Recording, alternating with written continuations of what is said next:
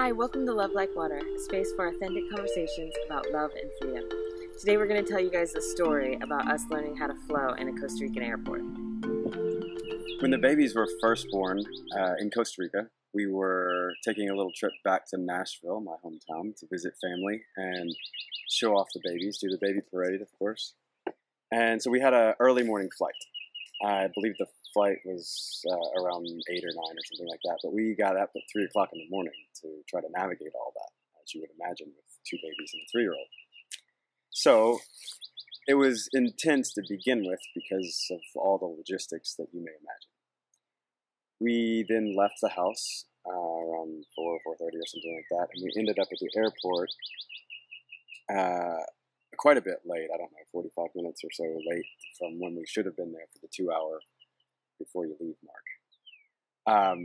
We got in line. There was a very long line, and as we were walking up, babies on our chests and Saoirse on our side and bags everywhere and fairly overloaded as well. We asked the lady and started doing all the exchanging of passports and whatnot, and she said, "Sorry, you're too late." And also, we were informed at that point that we did not have proper documentation from the government to take our babies out of the country, even though they have American passports, and so on. We needed a permission slip because they had been born in Costa Rica. So there were a lot of logistics that were coming into play that we weren't even aware of after scrambling to get there in the morning. Suffice it to say, we got a final statement from the lady there that was orchestrating things that said, "You're too late for this flight, and even if you were on time, you don't have the right documentation." We still had an hour before our flight left, And so the it was plane rather sat there frustrating. for another hour or so before They just wouldn't let us watched. through. Yeah. So you can imagine how frustrating, if not infuriating, that may have been, because it seemed pretty petty to not let us in. At that point, we were only about 10 minutes from the cutoff point, and clearly in need of some assistance with all the babies and whatnot. So we were very frustrated. And at that point, Ilea began to cry. And I began to cry after we talked to the Delta agent. yeah. I held it together for a little while.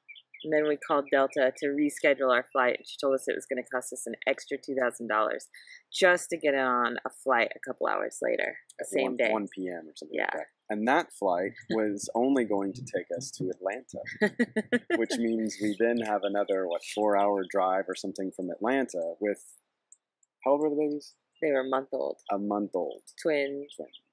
And a 3-year-old. Yeah. So that meant we had to get to Atlanta at 11 p.m. or something like that. And then we got everybody in a rental car at that point, and then which also took about 2 hours, and then drive all the way back here. So, the point of the story is, we were at the point when we discovered that we were not going to be able to leave at the intended time early in the morning. And of course, there's lots of plans on the Nashville side for all the coordination of parents picking us up and us going to, do dinners and things like that. We realized that we at that point have a decision to make. We have a choice. We either go deeper into this hole of the pit of despair, as they say, or we had the ability to say, this is something that we can use to get into the flow amidst the chaos. And if we can't get into the flow amidst the chaos, what's the point? Getting into the flow while you're sitting on the beach having a Mai Tai is not very difficult, but it is difficult in that kind of situation. And this was the opportunity we've been presented with. So Ilea got on the phone with, is it Delta? Mm-hmm. Delta. And said, okay, what are we going to do to sort this out and so on. Anyway, we found out it was going to be another $2,000. We found out that the next flight was at 1 o'clock and so on. So we said, you know what, we gotta sort this out. At that point, I think you were at the end, mm-hmm. and I was at it's always one or the other one, And so one of us gets to the end, and the other one says, okay, I'm going to join you in this agony, or I'm going to, try to pull us out of it. And it could be you, it could be me, whatever. It's just different every time. It sucks when both of us are down. You're pretty good at alternating. But, so we got I got on the phone, talked to the lady, and immediately just took a deep breath and said, okay. And I talked to the lady and said, look, we're in a difficult situation, so bear with me. Let me tell you where we're at and see if you can help us out. And I would really, really appreciate your kindness. And I said the word kindness. And she said, okay, and kind of sat down and listened. Anyway, found out that we could get the ticket. Somehow I managed to get it from $2,000 to $150. I don't even remember how that happened, but through a series of kind statements. It was much cheaper to fly to Atlanta, so we ended up going to Atlanta and so on. So that was that. Got that locked in, and then we had to get papers, permission slips from the government at immigration, which was not at the airport. It was in town, and at this point it was like 9 a.m. Right? And we didn't have our papers. We didn't have our original documents. Oh, the original Everything documents, was at our apartment, so we had to have a driver go to our apartment, have our friend break into our apartment. We called our taxi guy, and he said, sorry, I'm not available. Yeah. So then, then he called his friend. His friend said, yeah, okay, I'm available. He shows up, and then we don't have the originals. We had a friend break into our apartment, get the originals out of our closet, give them to his taxi driver, who we had never met, and drive them to meet us at immigration. So we went through traffic with some other random taxi guy and into town, like the belly of the beast at 9 a.m. in San Jose traffic. Yeah. And then rush hour on a Monday morning. 8 or 9, something like that. Yeah. And then we get there to immigration. It's absolutely packed. Lines out the door and so on and so on. And then I'm supposed to meet some other guy whom I've never met to give us our original documents, birth certificates and everything, craziness. Anyway, found him. Got the birth certificates. We went inside. Our taxi guy did the old. He also spoke English and Spanish, so he basically translated for us. Yeah. So that we could find our way to where we were supposed to be going. And then thankfully there was no line at this particular office too that we got to. So we wouldn't have known. We would have just stood some, snaking line out the door or whatever until somebody told us what to do. But he took us all the way back. Blah blah blah. We get in. She signs the stuff, we get out, we get back in the car, go back through traffic, which obviously every minute seems like 15 minutes. Yeah. And we got back to the airport, got to the line, presented the papers, everything was fine. There were no flights, so there were no lines. There were no flights at this particular time. There was it was no the middle of the morning. Yeah, our flight wasn't until 1. Yeah, at this point, so it was nice. I don't even remember what time it was, but we were pretty hungry and whatever, and we went to the cafeteria. And we sat down. About 2 hours. It was probably about 11, before our flight. Oh yeah, we sat down, ordered food. I went to change Zion in the booth because it was so crazy. I sat down to change him, and he has pooed himself all out the sides everywhere. I've got stuff on the booth. This is a cafeteria, not a very cool place to do that. But at that time, we didn't have any other choice. And then, as I'm sitting there, our great friend Sue comes up but to not say hi. before I know, I was Zion peed on your leg. As I'm talking to Sue, I turn around and the homie over here has got an arc out onto my leg, and I thought I peed myself because it's pee going down my leg as I'm talking. So that's where we ended up at that point. So it seemed like we're getting into the flow, and then like one thing after another. I'm like, wow, how complicated could this be? But at that point, we were laughing. We just laughed. Yeah, I mean, what else are you gonna do? Yeah, it was getting pretty comical. Suhei walked up, and she was a lifesaver. A good friend of ours showed up. She was leaving on a flight around the similar time to Guatemala, and so she came and held babies and played with Sersha and ate lunch with us, and then proceeded to help us board. She basically helped us all the way until we left, and then she went to board her own flight. That was pretty amazing. And then once we got on the airplane, all the flight attendants were in love with our newborn babies and our 3-year-old daughter. And so she got a tour of the airplane, and they were fighting over who could hold the babies. And the lady next to me was changing diapers for us, and I'm like, "Hey, this is intimate and personal. I'd be happy to take care of that." And she's like, "Oh no." And she was changing diapers and holding them, and it was just like we had onboard nannies. Yeah, it was pretty amazing. Once we made the mental switch to just flow and take a deep breath and just go with the day, everything flowed for us. And yeah, it made the day was really long and probably looked difficult, but it felt fairly easy for us. It just felt like a long day. A lot of it had to do with the people that then came into, our world at that point.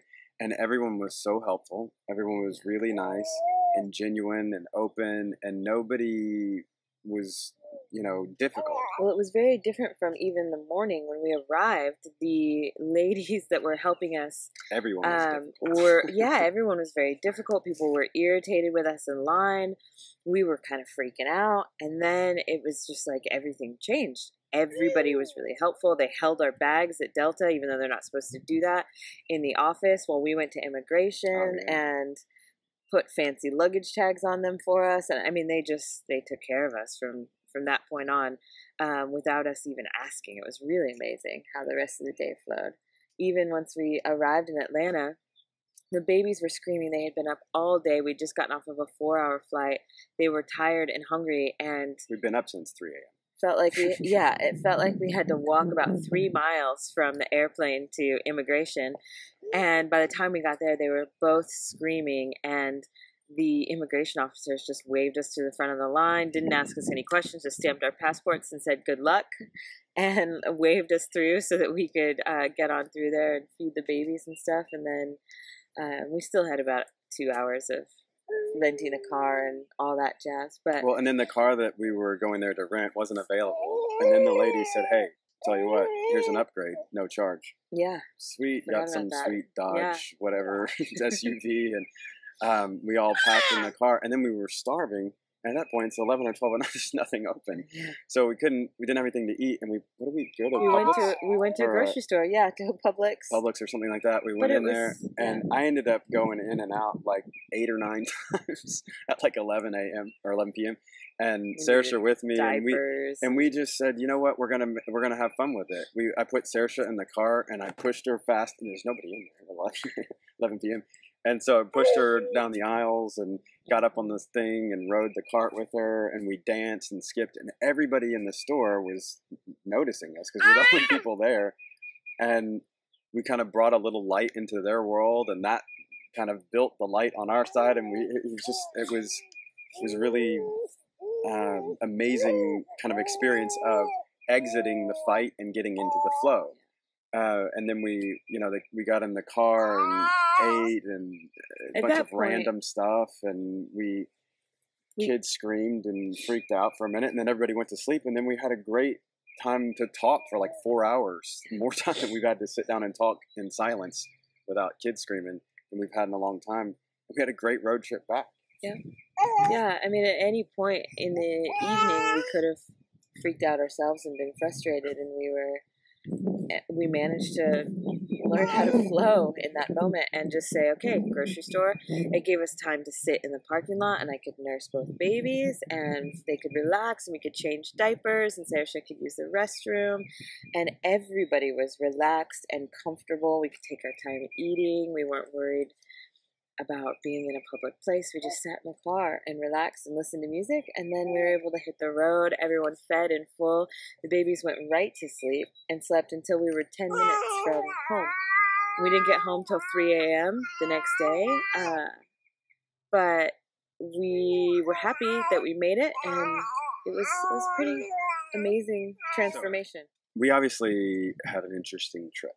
And we had an interesting choice to make. And we realized that, we hear all the time, happiness is a choice. And it is. We had a choice at that moment to be happy or to be miserable. And we had every reason in the world to be miserable at that point, and to be frustrated and angry and to lash out at people and so on and so on. However, obviously, we're all wise and logical enough to understand that that's probably not a good way to go about it. In the moment, however, we often do, just kind of inadvertently. And I think our decision at that point to flow rather than to fight allowed us then to experience happiness despite a ridiculous situation, you know, and to make the best out of it, and also to experience clarity because we were just taking it easy. Yeah, because we were frustrated and frazzled and whatever, and tired. But also we got to experience all these kind of magic, beautiful moments with people, with humans, you know, that we wouldn't have maybe otherwise, especially if we'd been all ticked off about it. And the other thing that happened is that other people saw us reacting the way we did despite obvious chaos that everyone else could see, and that may have had an impact on them positively. We always have a choice. You know, I remember my father always saying, "Who's in control of your attitude?" Which really ticked me off back in the day, but now I understand that, and it is true, and I realize that I am in control of my attitude no matter what, no matter how bad it is, or how ridiculous the situation seems, or whatever. We have a choice. So we had the ability to then experience happiness, to experience the feeling of that flow, which is kind of hard to describe, but it's nice. And then to have kind of like some special memories that we had on the road with our road trip, and talking about all kinds of stuff and planning life and getting excited and a good story about missing our flight with twin babies. Yeah. And one of the things that I have found myself doing a few times recently when we had interesting situations like that come into play, I remember saying at one point, I was like, "Love, at some point, you know, all this stuff is crazy right now, today. But within the next 24 hours, we're going to wake up in Nashville the same that we would have woken up anyway, had everything not been crazy today. We're still going to wake up tomorrow morning in Nashville like we would have anyway, and everything will be fine." So we have this short period of time between now and then where we can choose to flow, choose to be happy, choose to kind of rise above. And it even like looking at that situation while you're in it and saying, "This is chaotic. I'm choosing to be happy. This is weird. This is cool." You have that opportunity to observe that even in your own life. And to realize how easy the switch actually is if you choose to make it. So we had a choice to make. And we try to make that choice in all situations, no matter what the circumstances are. And it's tough at times, but the more you get into it, the more you get into the flow of life, the more you're able to navigate that more quickly and more effortlessly, I guess, in the actual situation. We all deal with these situations. We all have these opportunities presented to us. We'd love to hear from you and hear how you have navigated some of these spaces and opportunities before, and any suggestions that you may have as well. We certainly haven't figured it all out. We have sort of an agenda and an ideal that we want to achieve, and we push for that always. But we're still figuring out methodologies and still figuring out how to snap ourselves out of it. And fortunately, when you're two, you have the ability to kind of catch the other one when the other one is stumbling, and that's helpful. So let us know what you have experienced and any anecdotes and suggestions that you may have. Thanks so much for being with us today. Thanks.